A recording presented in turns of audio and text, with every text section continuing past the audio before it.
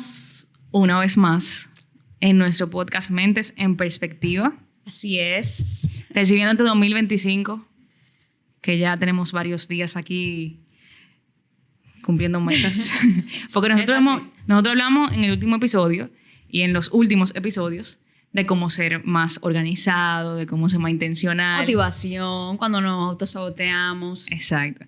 Todavía me siguen escribiendo de el último episodio del año, del 2024, que yo no lo voy a oír.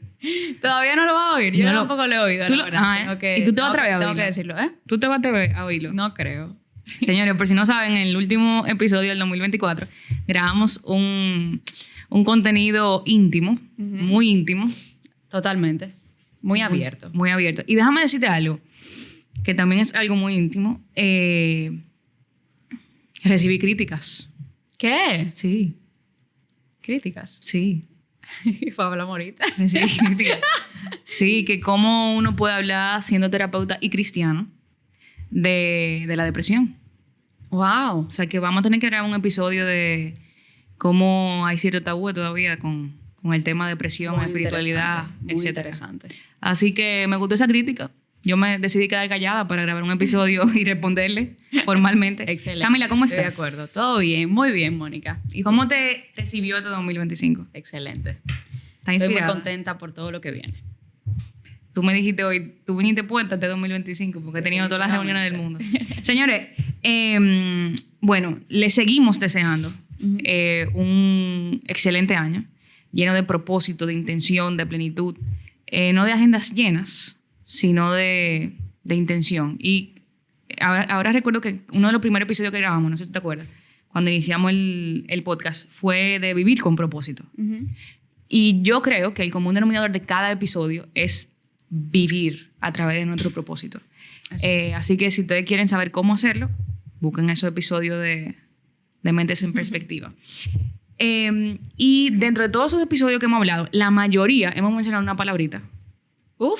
Muchos. Constante. Que viene acompañada de procrastinación, que viene acompañada de miedo, que viene acompañada de... De todo. Es un eje transversal lo que vamos a hablar hoy. Exacto. Y hoy vamos a hablar un poquito del perfeccionismo y su relación con nuestra salud mental y la satisfacción personal. Que el perfeccionismo puede ser como un fantasma que nos atormente constantemente. Para eso tenemos a mi querida colega, amiga, que estudiamos juntas, Perla Navarro, terapeuta y directora de... Bueno, preséntate tú.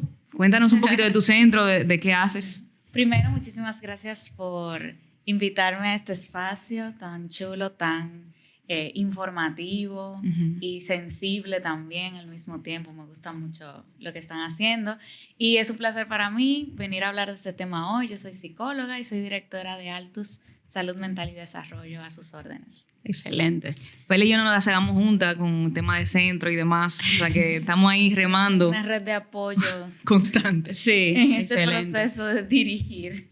Muy bien. Pues muchísimas gracias, Perla, por aceptar nuestra invitación para venir a hablar de este tema tan importante. Yo creo que nos pica a todas. Si tú vas a hablar de eso, te pica 100%. Y a nosotras, evidentemente, también. Lo hemos dicho.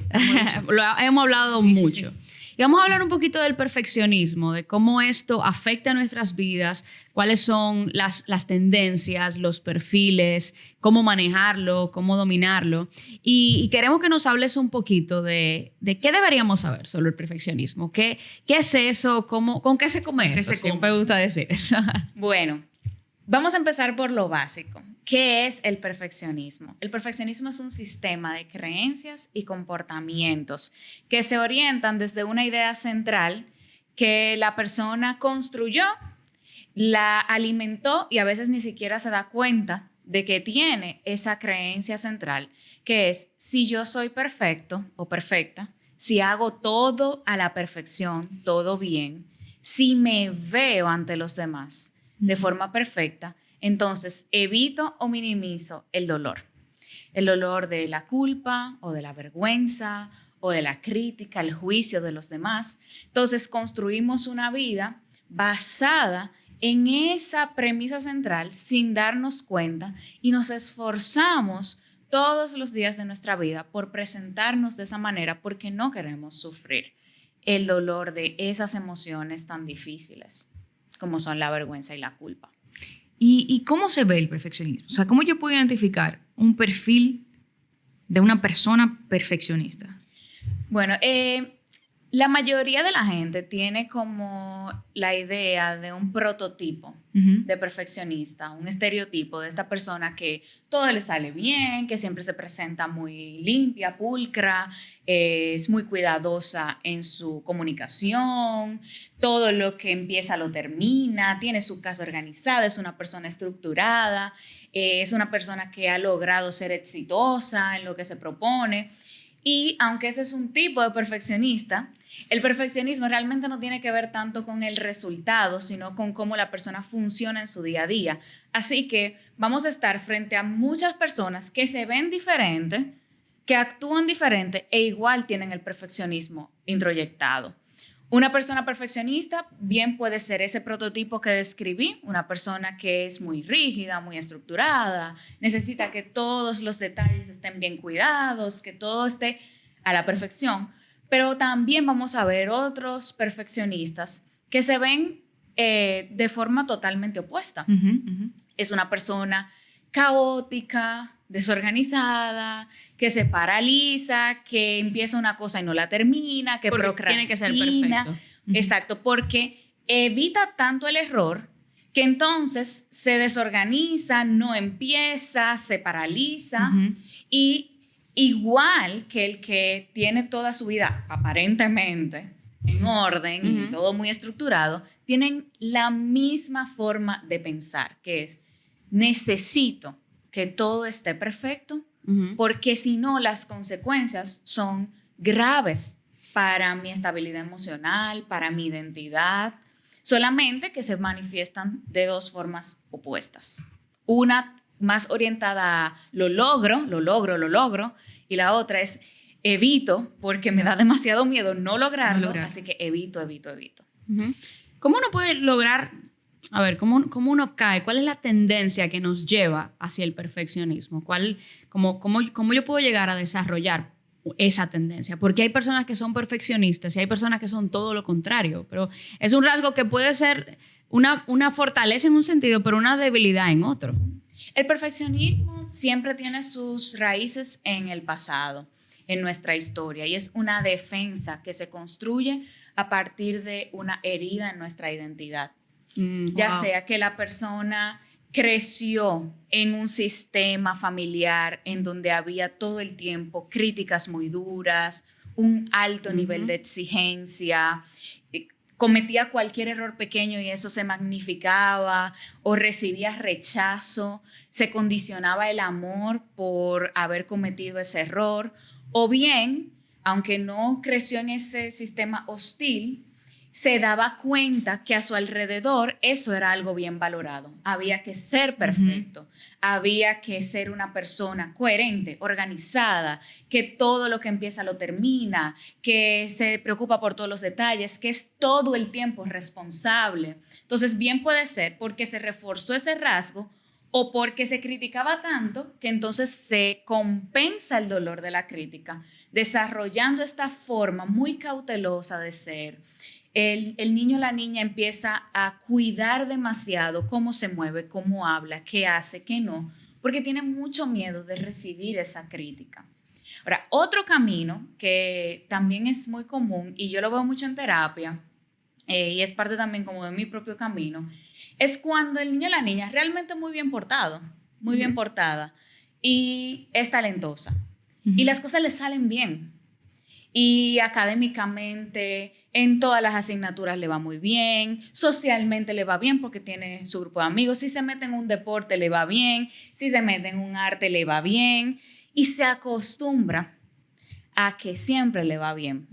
Fíjense que ahí no hay una herida directa per se de me criticaron duro cuando yo me equivoqué, sino que empieza a construir una identidad alrededor de a mí las cosas me salen basada en el bien, talento, del logro. totalmente. basado en que yo soy talentosa, en que yo logro las cosas y se acostumbra a esa aprobación. Y reciben ese feedback, feedback alimenta esa misma tendencia perfeccionista. 100%, porque socialmente eso es lo que se promueve, el hacer las cosas bien, y eso no tiene absolutamente nada de malo, solamente que ese niño o esa niña piensa que ella o él es solo eso. Ujú. Y no sabe cómo manejarse cuando no lo logra. No sabe qué hacer cuando comete un error porque ha cometido muy pocos. La idea de no hacerlo bien es tan desconocida que aterroriza, entonces empieza sin darse cuenta a intentar mantener siempre ese estándar, esa racha que lo ha caracterizado y que tú no puedes bajar de ahí. Porque después que tú eres la estrella del curso, la que siempre le ponen 90, 100, y le ponen la estrellita al principio, que está en el cuadro de honor, que todo el mundo le cae bien, tú no puedes ser otra cosa. Pues son varios caminos que al final terminan en ese mismo patrón de intentar, a veces inconscientemente, mantenerse siendo perfecta para todo el mundo. Tú sabes que en episodios anteriores yo he contado un poquito de lo que me ha tocado trabajar a nivel terapéutico personal.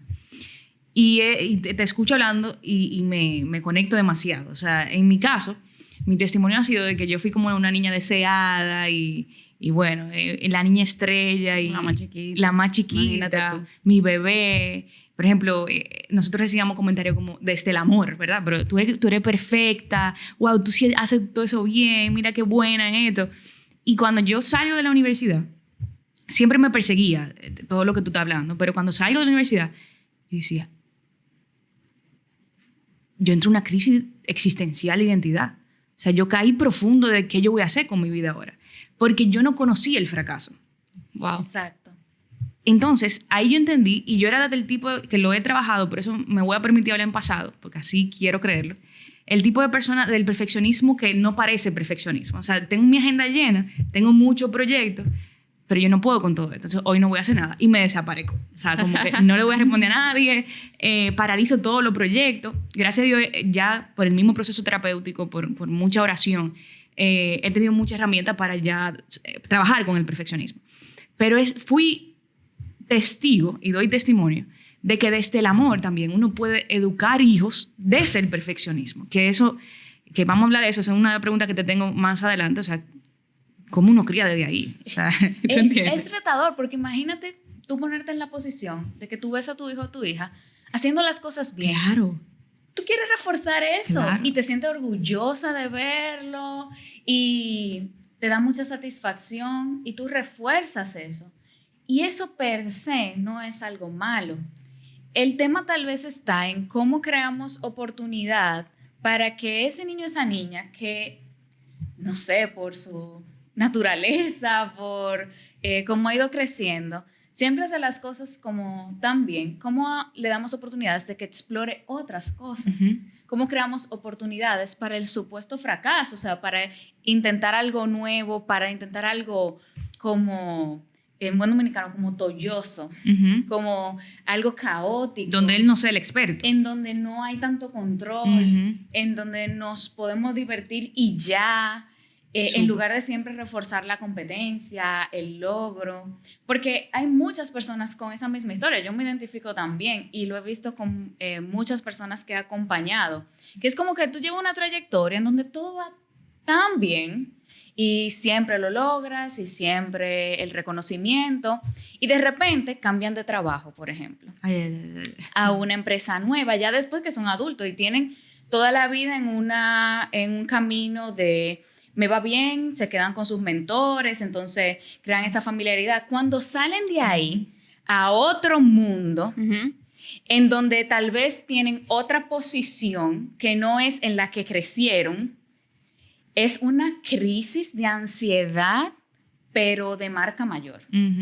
Porque no solamente es el miedo de estoy haciendo algo nuevo, es que para estas personas no es el miedo de voy a intentar algo y no me va a salir bien desde el principio, es su identidad la que está comprometida. Exactamente. Es que si yo me equivoco en esto, ya yo no soy la que fui durante 25 años, que era la estrella. Y voy a decepcionar a todo el mundo, y qué va a decir eso de mí, y me voy a decepcionar a mí misma. Y se crea una crisis, como dijiste, existencial, no una crisis de estrés por lo nuevo, Exacto. sino una crisis mayor de vida. De identidad. Que mi identidad está en todo lo que yo hago. Por eso tiene que ser tan perfecto el proceso de todo lo que yo tengo que hacer. Y pasa mucho cuando hay cambios, cuando hay transiciones y sobre todo cuando tuvimos una crianza que reforzó el feedback, siempre era, como ustedes dicen, basado en el talento, basado en lo que tú puedes hacer, no necesariamente basado en el esfuerzo. El perfeccionista realmente no tiene el valor del esfuerzo inculcado, de la perseverancia, de la persistencia, sino que se frustra con mucha facilidad. Y realmente uno no llega a desarrollar tendencias muy marcadas y lo transmite hacia los hijos. Entonces, ¿qué es lo que yo hago con los hijos también? Precisamente refuerzo todo lo que mi hijo puede hacer bien. No el proceso, desecho el proceso. Exactamente. Y eso es uno de los antídotos, por así decirlo, de las cosas que tratamos de reenfocar cuando estamos trabajando para desmontar ese patrón. El enfocarse en el proceso y no tanto en el resultado, porque el perfeccionismo solamente se enfoca en el logro. Pierde de vista que hay un proceso que debe ser divertido, que debe ser, como que debe alimentar la curiosidad. Y que es modificable dentro de todo. El problema no fue el resultado, el problema fue la estrategia probablemente. Exactamente.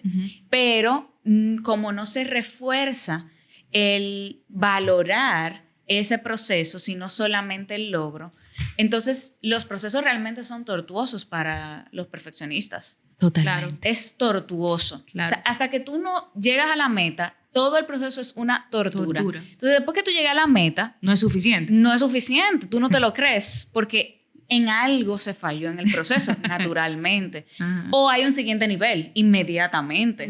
O sea, ya si tú llegaste a este nivel, la vara inmediatamente se mueve Hay que 5 subirla. pasos más para arriba.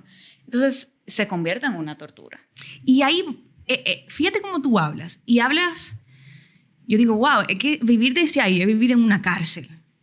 ¿Cómo tú ves el perfeccionismo en la adultez? ¿Hay cosas positivas del perfeccionismo? ¿Cómo se ve un adulto? ¿Cuáles son las consecuencias del perfeccionismo en la adultez? Bueno, en primer lugar, hay que aclarar que el perfeccionismo, aunque estamos hablando, ¿verdad?, de que puede ser una tortura, que es algo que afecta nuestra satisfacción, tiene muchas recompensas. Si no, nadie fuera perfeccionista. fuera perfeccionista. Tiene muchas, Realmente muchas recompensas. Primero, bueno, los logros personales, tú consigues las cosas que te propones, si tu perfeccionismo está orientado al logro y no te paraliza tanto. Tu estándar es la excelencia. El reconocimiento social, realmente son personas que cuando se trata de trabajos en los que hay que tener mucha atención al detalle, son muy buenos para ser editores, por ejemplo, trabajar sistema de calidad, porque tú detectas cosas que el resto de la gente lo deja pasar. Y tú lo detectas y le da una importancia que tal vez en esos contextos sí la tiene. Y pues también se alimenta ese ego de yo soy muy buena en lo que hago, a mí todo me sale bien. Es un reforzador.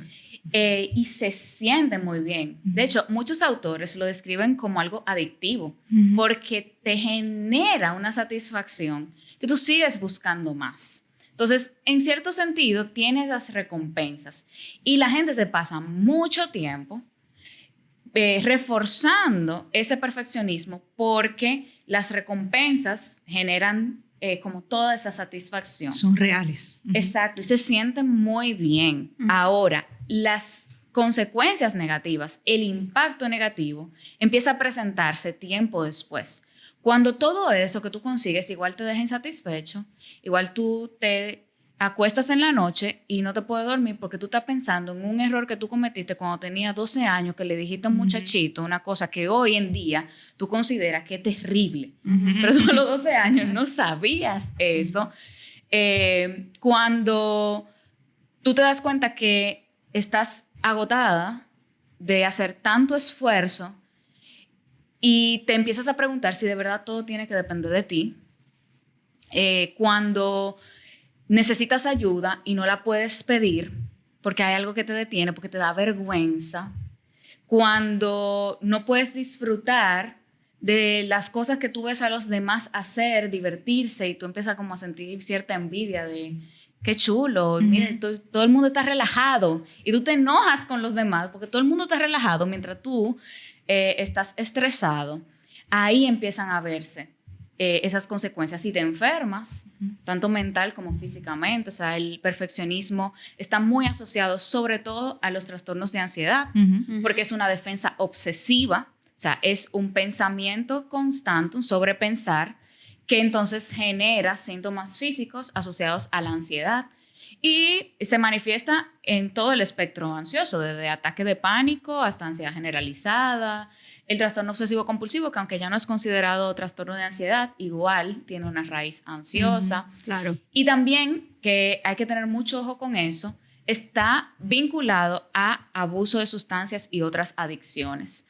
Porque para compensar el malestar de la ansiedad que genera ese patrón, entonces se empieza a buscar alivio en otras cosas. O sea, en lugar de cuestionar por qué yo me exijo tanto, tengo que seguir exigiéndome, pero se siente muy mal, entonces compensamos con comida, con alcohol, con compras, porque imagínate, tal vez una persona muy exitosa tiene mucho poder adquisitivo, entonces se empieza a compensar por ahí. Así que puede ser muy peligroso, en realidad. Y se vuelve un ciclo vicioso constante, del ciclo que nosotros dependemos, porque es un tema de identidad, como hablábamos ahorita. Yo diría que afecta mucho las relaciones interpersonales también. Yo creo, a ver si tú nos puedes hablar un poquito de cómo, por ejemplo, un perfeccionista puede afectar la calidad de las relaciones, la capacidad de mantener relaciones. Puede pasar que asimismo, como esa persona se exige a sí misma, le exige al otro. Entonces, no da lugar a que el otro se equivoque, a que el otro aprenda cómo vincularse conmigo. O sea, que el otro agote ese proceso de conocerme, que sea auténtico o auténtica y a veces no esté de acuerdo conmigo o no haga las cosas como yo las hago. Entonces, ese mismo nivel de exigencia se dirige a los demás y nadie quiere sentirse preso en una relación en donde todo el tiempo tiene que comportarse de forma correcta o tiene que sobrepensar qué le digo, cómo se lo digo para que esta persona no me rechace, igual como se rechaza a sí misma. Pero también se puede manifestar de otras formas. Por ejemplo, con el sabérselo todo. Si tú tienes una relación con alguien, es para compartir experiencias y el otro te puede enseñar muchas cosas. Pero si tú tienes esta forma de funcionar, puede que se te haga muy difícil que el otro te enseñe algo, o sea, ya tú lo sabes. Claro. Y el otro está emocionado de contarte de eso que aprendió, de eso que leyó, y tú no permites que esa persona te enseñe algo a ti, porque ya tú te sabes eso y tú acaparas el tema. Y eso en una relación, tanto de amistad como de pareja, va como desencantando, porque el otro necesita sentir que también comparte cosas contigo, que tiene algo que enseñarte, que hay como esa reciprocidad. Y pues también hay personas con tendencias perfeccionistas que se manifiestan mucho en buscar aprobación de los demás. Entonces se cohíben demasiado de mostrar ciertas partes de sí mismos porque les da miedo recibir rechazo de eso, entonces no son auténticos. Y el otro detecta eso, sabe que tú le estás ocultando algo, sabe que tú le estás como poniendo una pared. Sí, que el perfeccionista necesita mantener un estándar. Exacto, entonces no puede haber una conexión genuina si hay una persona tratando de controlar la interacción todo el tiempo y de que no se vean sus errores. Entonces, claro que en lo relacional también puede tener mucho impacto. Y tú sabes que me he dado cuenta en consulta que este tipo de perfil también busca en parejas, quizá estoy generalizando, pero es muy común, como proyectos de vida.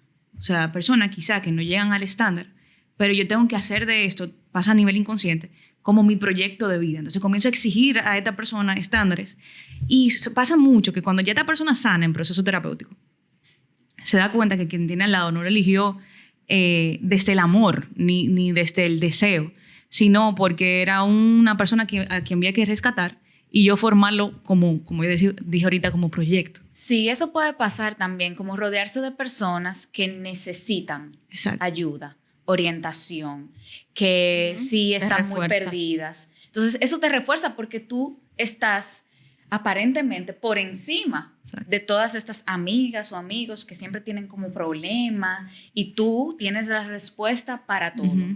Y a ti nunca te pasa nada. Tú siempre estás bien y tú eres la consejera, todo, la que le dice como la estratega, tú vas a hacer las cosas así. Sí soy. Una líder, un líder. La líder. Y es una elección, como dices, inconsciente de elegir personas que van a reforzar esa imagen que yo tengo de mí, de que yo sí resuelvo, yo siempre tengo todo bajo control. Y no es así. Y también se convierte muchas veces en un discurso de víctima. O sea, por ejemplo, yo elijo inconscientemente o conscientemente personas que me necesiten. O sea, yo tengo que sentirme necesitada para poder jugar ese rol de liderazgo. Pero luego me quejo de que el otro no está para mí, de que el otro no me apoya y me convierto en víctima de la relación. Pero fíjense que nosotros estamos hablando de la misma raíz, de perseguir un perfeccionismo y elegir amistades o quien sea desde ahí. Está muy interesante este tema. Ahora, Perla, quizá la parte más importante. ¿Cómo se afronta y se trabaja con el perfeccionismo? Bueno, es un proceso largo. Es lo primero que hay que aclarar, porque se pagan muchos precios tratando de ser perfecto. Se paga el disfrute, o sea, tú te desconectas de todo tipo de disfrute sin darte cuenta. O sea, cosas que te gustan o que a ti te gustaría intentar, tú no lo haces porque pudieras parecer inmaduro o infantil. O que estás perdiendo el tiempo, no eres exacto, productivo. que estoy perdiendo el tiempo, no estoy siendo productivo. Se pierde también la autenticidad porque siempre tengo que mantener una imagen correcta de mí. Se pierde también incluso, y aquí de forma como, ¿verdad? Cada persona de forma muy personal lo puede analizar. En muchos casos se pierde la espiritualidad y la fe porque todo depende de ti. Y Es así. tú estás a la deriva si tú no haces las cosas siempre a la perfección. Y eso deja mucho vacío.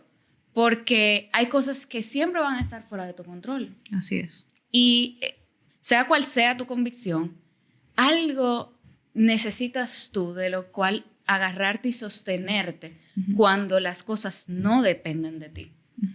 Igual se pierde la ayuda de los demás, porque ¿cómo yo voy a admitir que yo no sé hacer una cosa? O que yo también soy vulnerable.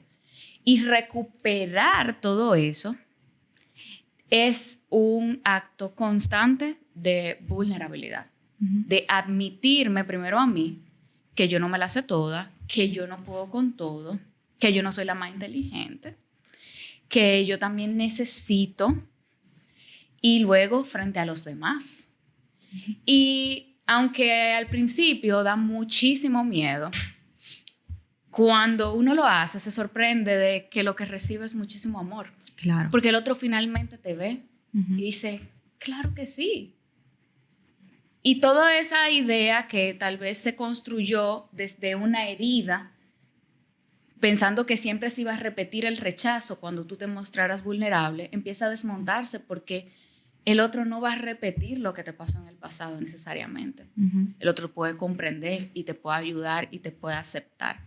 Entonces, es un proceso de conocer tu historia, de entender que las cosas que nos suceden en nuestro crecimiento tienen un impacto en nuestra adultez y empezar a desenterrar esas experiencias para ir comprendiendo de dónde viene este miedo que yo siento cada vez que me toca presentarme frente a los demás o hacer algo. Y cuestionar lo que yo siempre he hecho. Porque mientras yo me siga aferrando a que así deben ser las cosas, esta es la forma correcta de hacerlo, entonces voy a estar en esa batalla interminable de tratar de conseguir algo que nunca vamos a alcanzar, que es la perfección. Algunos autores hablan de que hay que cuestionar la trampa de la coherencia. Eso a mí me encantó. Porque los perfeccionistas utilizan mucho esa palabra, utilizamos mucho la palabra coherente. Yo soy una persona coherente, hay que ser coherente. Y aunque claro que sí, yo pienso que la coherencia es un valor, hay que cuestionar cómo construimos coherencia. Porque en el perfeccionismo es siguiendo, obedeciendo reglas rígidas que muchas veces no tienen sentido. Y es cuestionarse. Para yo ser, por ejemplo, si es en el ámbito profesional, para yo demostrar profesionalidad, ¿de verdad yo tengo que hacer toda la perfección todo el tiempo? ¿Quién dijo? Pero si yo me mantengo en no, tengo que ser coherente, esa coherencia es todo el tiempo. Al 100% yo tengo que hacer las cosas de la misma forma y no es verdad. También hay que cuestionar la lógica, porque la mente del perfeccionista es muy inteligente. Le pone una regla, debo ser buena con todo el mundo, por ejemplo. Siempre debo ser buena. Y cuando tú empiezas a cuestionarla, van a aparecer 100 argumentos válidos y lógicos para obedecer esa regla en todo momento. Pero nosotros los humanos no funcionamos siempre por la lógica. No somos solamente lógicos. Es correcto. Y desmontar la lógica para centrarnos más en este pensamiento me está siendo útil, este pensamiento sirve a mi propósito, este pensamiento honra mis necesidades también, honra las necesidades del otro, viene desde el amor. Hacerse esas otras preguntas y no tanto decir, es así, debe ser así, es una forma de comenzar. Asimismo, las estrategias del perfeccionismo, como el sobrepensar, se combaten con la atención plena, el cultivar el mindfulness, el estar aquí ahora, con la autocompasión también, que es algo que se trabaja poco a poco en terapia, y con mucha vulnerabilidad, con exponerse a equivocarse. Yo creo que para mí eso ha sido como un cambio drástico en mi afrontamiento con el perfeccionismo, y ha sido definitivamente la palabra vulnerabilidad. Seguro que si has oído esa palabra, ustedes han oído la autora Brené Brown. Para mí es un referente en la parte de la vulnerabilidad, y realmente entender esos conceptos y atreverme a dar pasos de vulnerabilidad ha sido un cambio radical. O sea, es como que a medida que aumenta la vulnerabilidad, naturalmente el perfeccionismo disminuye. Así es. Y yo comienzo a establecer una forma diferente de pensar, que así es que se afronta con el perfeccionismo, no solamente con la vulnerabilidad, sino con la misma mente. O sea, esto es lo que me dice el perfeccionismo, bueno, esto es lo que yo le voy a decir. No, esta es la verdad, este es el argumento, cuestionar lo que pienso, lo que siento, y realmente traerlo a la luz de la realidad, de la autocompasión y de la capacidad de ver otras perspectivas de las cosas, que es lo que a veces se le pasa al perfeccionista. Sí, y que las personas tengamos claro que la mente perfeccionista no se va a callar. Nunca. Va a seguir ahí. La tendencia siempre va a estar. Va a estar ahí. Ahora, en la medida en que tú alimentas otra parte de ti, exacto, más vulnerable, entonces tienes cómo responderle, como bien dices, Camila. Exacto. Y eso va perdiendo poder entonces. Esa parte de ti que aprendió a manejarse desde el perfeccionismo y te permites otras cosas, pero va a seguir ahí. Así que es un trabajo intencional de seguir eligiendo desde el amor. Yo no voy a seguir eligiendo desde el miedo, que es la base del perfeccionismo. Es miedo y vergüenza. Wow. Y decidir, yo no quiero vivir desde el miedo y la vergüenza, yo quiero vivir desde el amor y yo quiero hacer esto por mí, porque es importante, porque está alineado a mi propósito, porque me llena, y puede que yo me estralle haciendo esto, me equivoque y las otras personas lo vean, pero yo voy a elegir desde el amor darme esa oportunidad.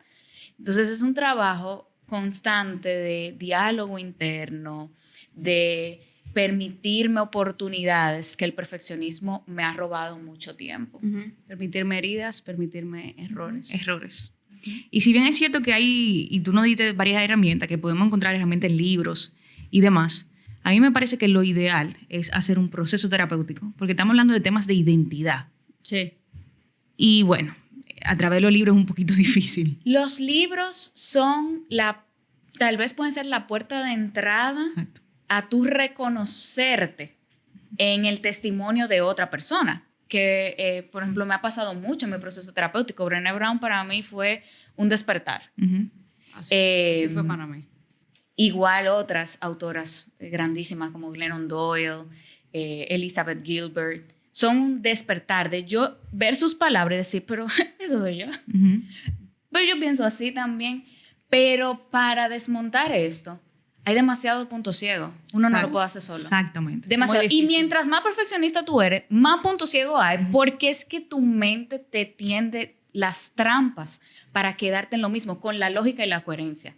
O sea, solo no se puede hacer eso. Se necesita una mirada, no solamente una mirada externa, sino una mirada compasiva, sabia también. Que no eres tú, no es el perfeccionista el compasivo. Y es tiene que ser con una persona, ese proceso terapéutico también, que puede verte desde el amor, Uh-huh. que no está haciendo solamente un trabajo lógico de terapia. Confrontativo. Tiene que ser una persona confrontativa, que no se va a conformar con tus argumentos lógicos Uh-huh. para mantenerte en eso, que es paciente también y amorosa para esperar a que tú estés lista para ciertos niveles de vulnerabilidad. Y es un proceso largo en el que tiene que formarse una relación terapéutica sólida. Así es. También. Entonces yo estoy de acuerdo en que tratar de hacerlo solo no es una muy buena idea. Te va a acabar muy pronto el proceso. Si alguien te está oyendo aquí, que espero que muchas personas puedan ser impactadas con este tema, y quieren buscar ayuda, ¿dónde te pueden conseguir? Bueno, pueden encontrarme en Instagram y en TikTok, @PerlaNavarroVázquez. También a todo mi equipo en @altus.rd. Y también en mi página web, www.perlanavarro.com. Ahí pueden ver un poquito del trabajo que hago, de cómo acompaño con este y otros temas también. Y para mí eso sería el honor de mi vida, acompañar en ese camino de recuperarse de ese monstruo del perfeccionismo, porque sé que es muy duro. Uh-huh. Pero hay mucha esperanza también, porque sí se puede. Es posible. Luego tú te Totalmente. descubres que tú te permites no hacer nada y no está como esa sensación interna, como si fuera como un murmullo interno, un ruido que tú no te puedes estar tranquila. Uh-huh. Y luego tú descubres que tú puedes estar haciendo nada y eso ya no está. Uh-huh. O que tú te das el permiso de hacer cosas que tú nunca hubieras hecho porque parecían una pérdida de tiempo y ahora tú lo disfrutas muchísimo. O sea, que sí se puede. Y esa es la genuina libertad. Eso es así. Eso es así. Así que, nada, muchísimas gracias, Perla. Muchísimas gracias a todas las personas que nos escucharon el día de hoy. Realmente empezamos con buen pie. Me encantó. Son temas realmente muy prácticos y hablamos mucho así como para aprender a identificarnos, pero también para saber qué hacer con esto y levantar estas alertas de, ok, esto es un rasgo que en este año tengo que trabajar, que no es patológico, pero definitivamente hay mucho costo en torno a vivir una vida solamente basada en el perfeccionismo. Así que nos vemos la próxima semana y muchísimas gracias por acompañarnos. Bye, bye. Gracias, Perla. Gracias a ustedes.